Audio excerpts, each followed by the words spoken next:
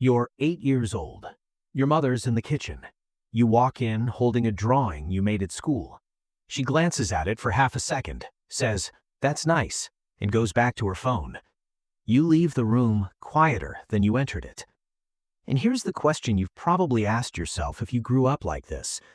Was that normal? Or was something missing? Because here's the thing nobody tells you about childhood. Your mind isn't just passively experiencing the world, it's running constant calculations. It's asking one question over and over beneath every interaction, every dismissal, every time someone forgets to pick you up from practice. The question is simple. Am I worth paying attention to? And if the answer keeps coming back no, something specific starts to happen.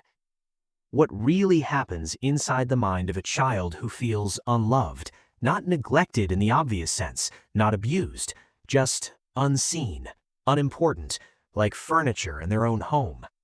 The question everyone asks is, how do I know if I was emotionally neglected? Because unlike physical neglect, there's no clear line, no textbook definition you can point to and say, yes, that was me. Between 20 and 30% of children grow up feeling emotionally neglected by their primary caregivers.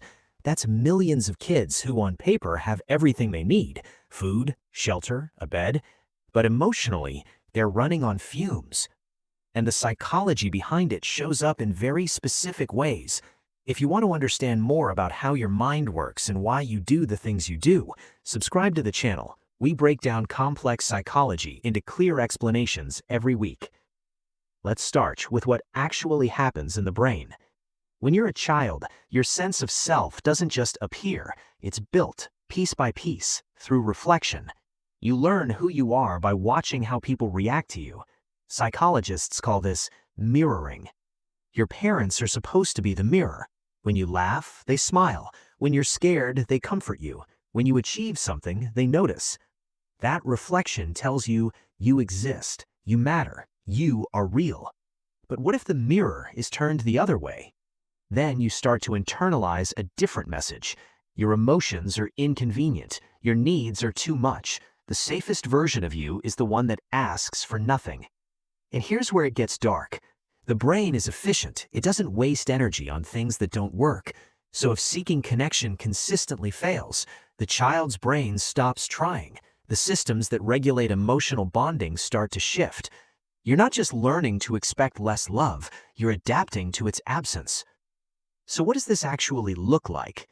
Let's talk about the signs, real ones, not universal, but common enough to recognize. First, there's the achievement trap. Some children who feel emotionally neglected become obsessed with external validation, straight A's, perfect behavior, awards, trophies. Why? Because praise for achievement feels safer than asking for affection. One major study found that children with emotionally unavailable parents were significantly more likely to develop perfectionist tendencies by age 10. They're not trying to be the best, they're trying to be worth noticing. But that pattern doesn't show up in all emotionally neglected children, only some. Other children go the opposite direction. They become what researchers call parentified. These are the kids, often eldest daughters in certain family structures, who start taking care of everyone else. Cooking dinner at 9, mediating their parents' arguments at 11, managing their younger siblings' emotions at 13. Research shows this happens in about 15 to 20% of emotionally neglectful homes, particularly in single-parent households or families dealing with chronic illness. These kids don't act out, they become miniature adults, and the cost shows up later. Then there's the silence pattern.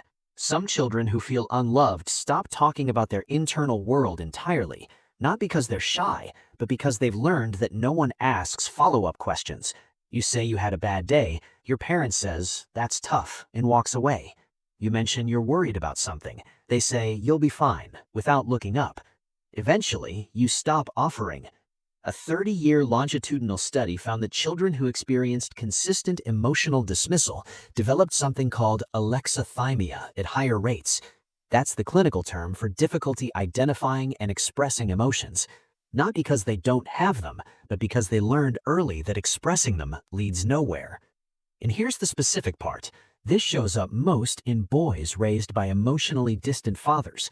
cultural expectations around masculinity amplify the effect. The message becomes, your feelings aren't just unimportant, they're a weakness. Let's talk about another question people ask. Why do I feel guilty all the time for no reason? Children who feel unloved often develop what psychologists call toxic shame. It's not guilt. Guilt says, I did something bad. Shame says, I am bad. You look around and see other kids whose parents show up to every game, who get excited about report cards, who ask questions at dinner, and you think, why not me?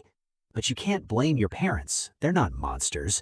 They're just distracted, stressed, emotionally unavailable in ways they probably don't even recognize.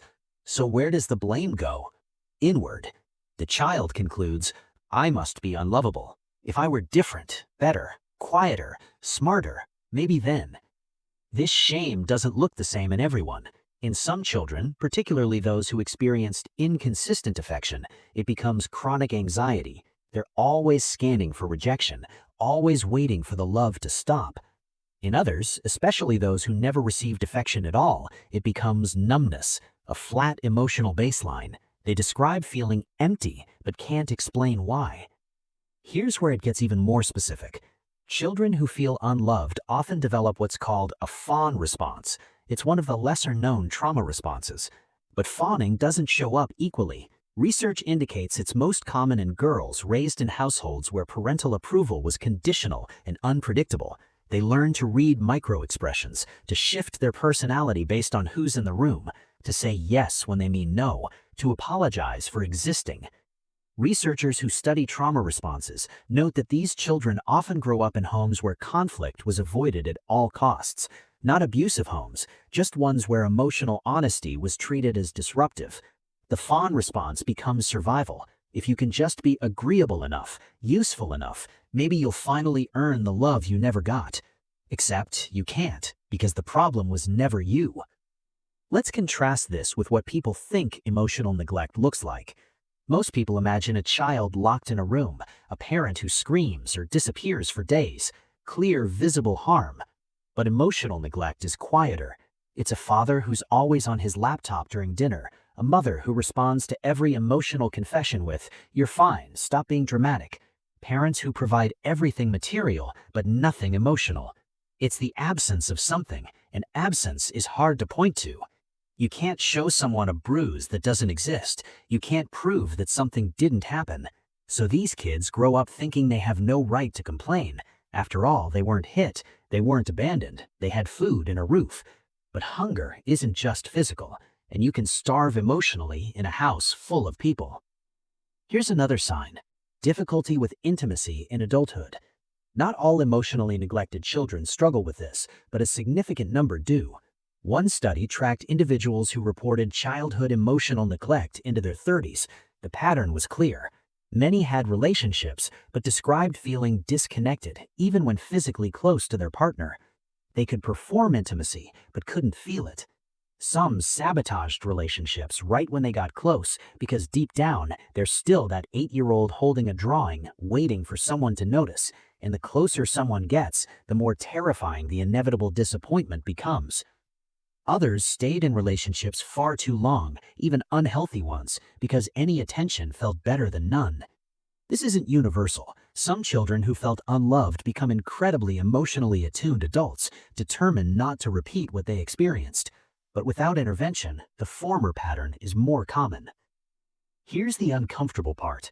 We live in a world that celebrates kids who don't need much. We praise emotional restraint. We valorize self-sufficiency.